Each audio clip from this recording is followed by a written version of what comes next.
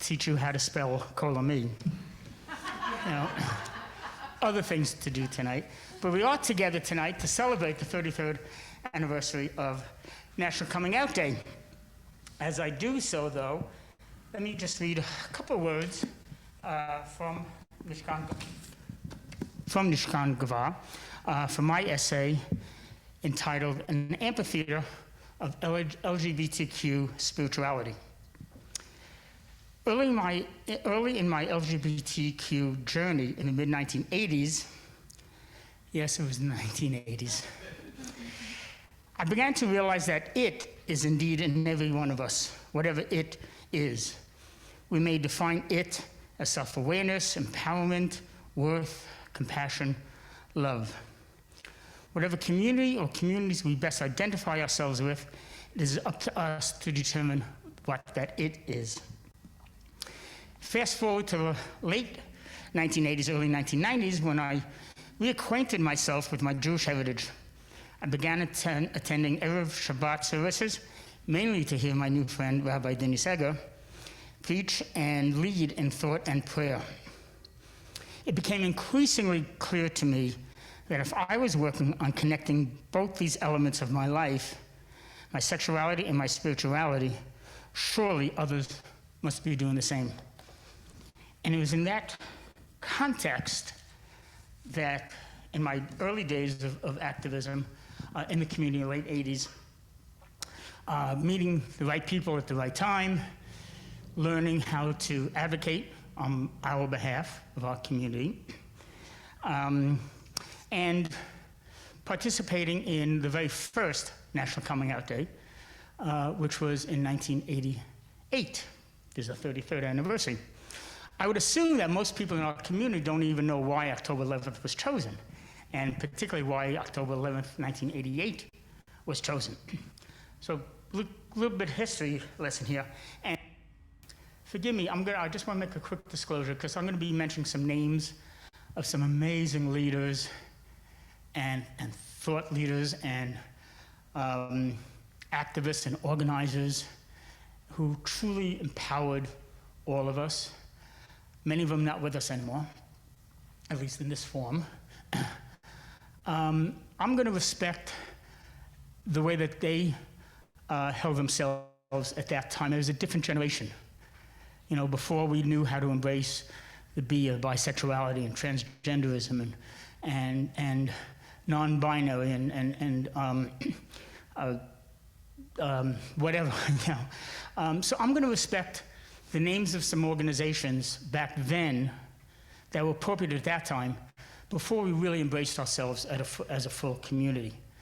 And I'm also going to use pronouns from some folks who are no longer with us anymore, but I'm going to honor the pronouns that they had at that time in history. I have an idea of how they would have identified themselves with today, but I want to honor that part of history. So, why October 11th, 1988? Well, let's go back a year. October 11th, 1987 was the second National March on Washington for lesbian and gay rights. Again, that's what the name was at that time. 600,000 of us marched through the streets of Washington, D.C. It was also that morning, that Sunday morning, it was the first unfurling of the Names Project. It was the first time on the National Mall, one by one, we had scores and scores of escorts, if you will, all in white, and it was a dance of how they would unfold each of these panels. Just as a reminder, December 1st is going to be Kol Ami's World AIDS Day celebration, and Rabbi Ed has already secured a couple of the panels for us to hang up here. So it's 600,000 people. So what were we supposed to do with that energy? What do we do next? The National Gay and Lesbian Task Force had put together what was known as the War Conference, late February 1988. Over 120 lesbian and gay at that time organizations from around the country were participating. And there were some who wanted to be really really begin a war against our nation. Because not only were we all getting beat up, murdered, but we were also in the middle of the end of the first piece, if you will, of the AIDS crisis. And we had no help from state governments, from the national government. So as I say, there's the number of people who really wanted to use war. Over the 3-day period, that dissipated to such a degree that everybody there had agreed that the only way to really move forward in our community was to power in each other through love and understanding, through the media, through coming out, whatever it is. And a few other organizations were created out of that war conference. And there was some jokes around there saying, well, why don't we just get every gay and lesbian person at that time to wear a purple shirt? So there's some safety on that day, whatever it is, and everybody would know, from your dry cleaner to your parents to brother, sister, whatever, co-workers, whatever it may be. Partly joke. So they're trying to figure out how to empower each other to take the next step and to come out.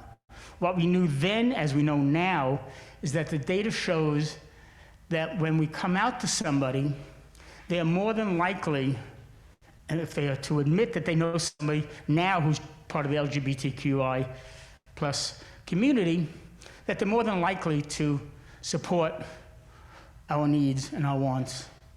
And we knew that then as well too. We knew that the only way to empower our community was just to continue the coming out process.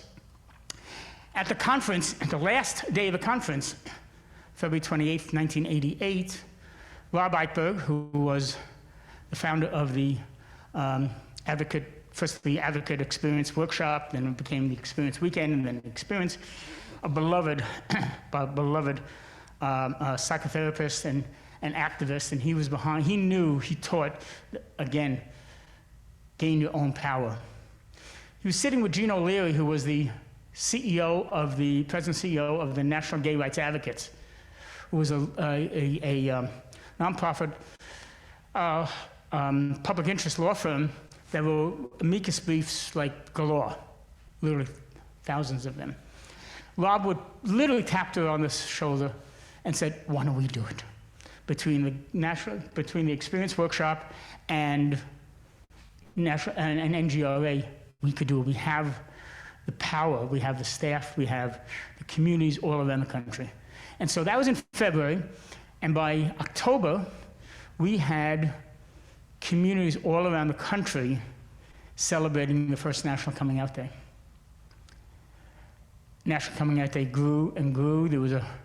It grew into there was a board of directors. I was on that board nationally. And 1993, I think it was, we took a vote and we actually voted ourselves out of business, and we merged with what was then the Human Rights Campaign Fund, which is now HRC, Human Rights Campaign. So it all goes back to what we know here at Kol Ami, to empower ourselves, to experience and exchange love and understanding and our own self-worth and our own self-power. So a little bit of a history lesson, and there's some tidbits coming up a little bit later as well too.